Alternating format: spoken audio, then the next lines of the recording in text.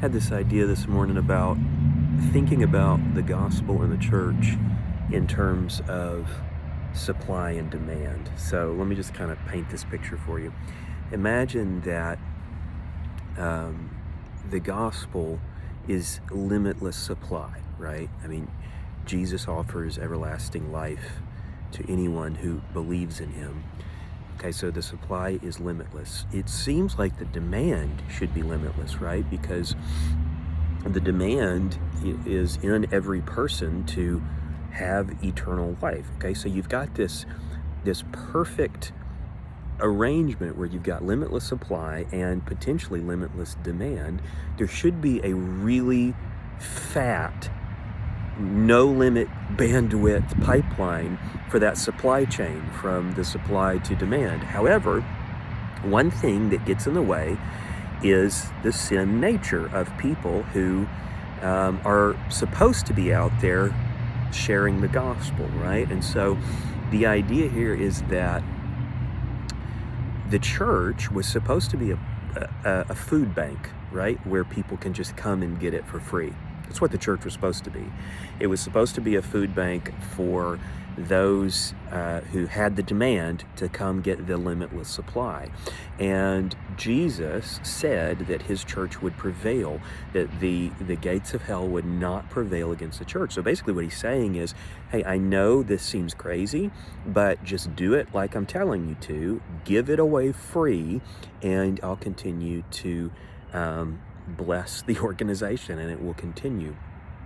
But sin nature comes in there, and instead of being a food bank, the sin nature drives us to want to be more like a retailer. So think about what a retailer is. What a retailer does is they inject themselves at some point in the supply chain, and they increase the cost slightly so that they make themselves indispensable by doing so. They offer a convenience advantage, and they increase the cost so that they become then a supplier. They become like an intermediate supplier that is somewhere in the middle of the supply chain.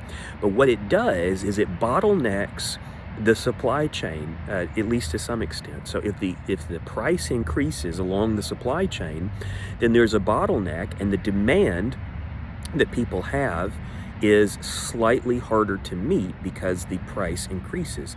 So how does the church do this? Well, I think the way that the church does this is that it's easy to not trust that what Jesus wants us to do, to be that eternal life food bank.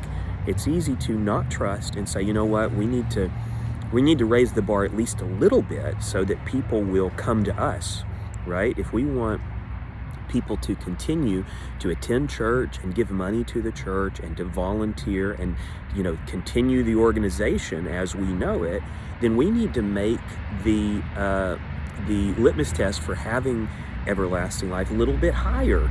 We need to increase the cost like a retailer does, so that there is some sense that this organization that was supposed to be the food bank, the church, is indispensable. And so that bottlenecks that pure supply and demand chain between the supplier, Jesus, and the consumer, which is just anybody who would believe. And so what I want you to do is I want you to listen to the way that your church shares the gospel. And if they do what Jesus did and just offer everlasting life to anyone that believes in Jesus, it's completely free of charge. There's no provisos or caveats. It's completely free.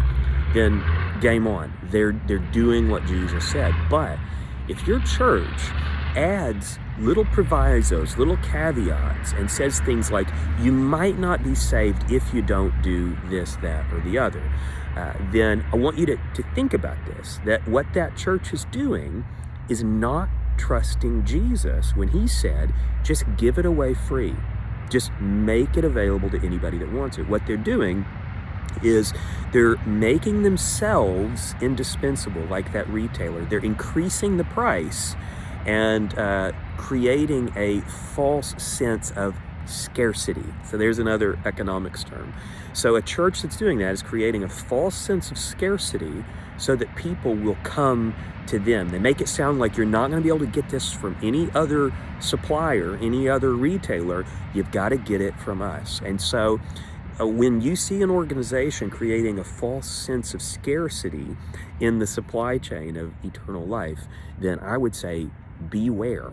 Beware, because that's not what Jesus, that's not what Jesus said. What Jesus said is any who believe in him can have everlasting life. It is a massively amazing free gift. And so that's what Jesus offers. So I know that's maybe an odd twist on these terms, trying to talk about the economy as an analogy, but I just thought it was kind of interesting. Maybe it works for you to help you understand something. Maybe it doesn't. Either way, that's fine.